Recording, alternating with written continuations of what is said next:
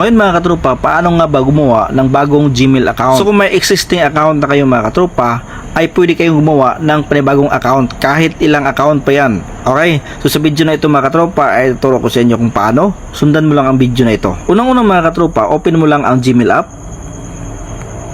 At dito mga katropa, click mo lang itong profile kung may existing account na kayo. At dito mga katropa, hanapin natin itong add another account. Click natin. At i-click natin itong Google. So pag-click natin sa Google mga katropa, ay hingi siya ng inyong password, screen password, screen lock, pin, or fingerprint. So kung wala kayong lock screen mga katropa, ay may direct kayo dito. Okay? So i-click nyo lang itong create account. So mga katropa, pipili kayo kung for my personal use, or for my work, or my business, or kahit saan dito sa dalawa mga katropa ay pwede. Okay? So pipili natin itong for my personal use. Click natin. At dito mga katropa, enter natin ang ating first name.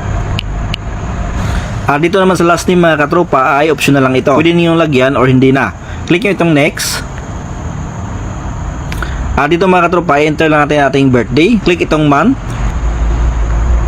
At dito naman sa day. Dito naman sa year. At dito sa gender, click natin. At i-click itong next. So dito mga katropa, may dalawang sinasuggest na Gmail. Pwede nyo itong gamitin or dito kayo sa create your own Gmail address. Okay? So try natin itong sinasuggest natin. Click itong next.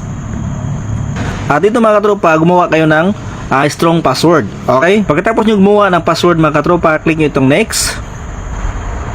So may nakalagay dito mga katropa, review your account info. Okay? So click lang itong next. Click itong agree. So ngayon mga katropa, may nagawa na tayong bagong Gmail account.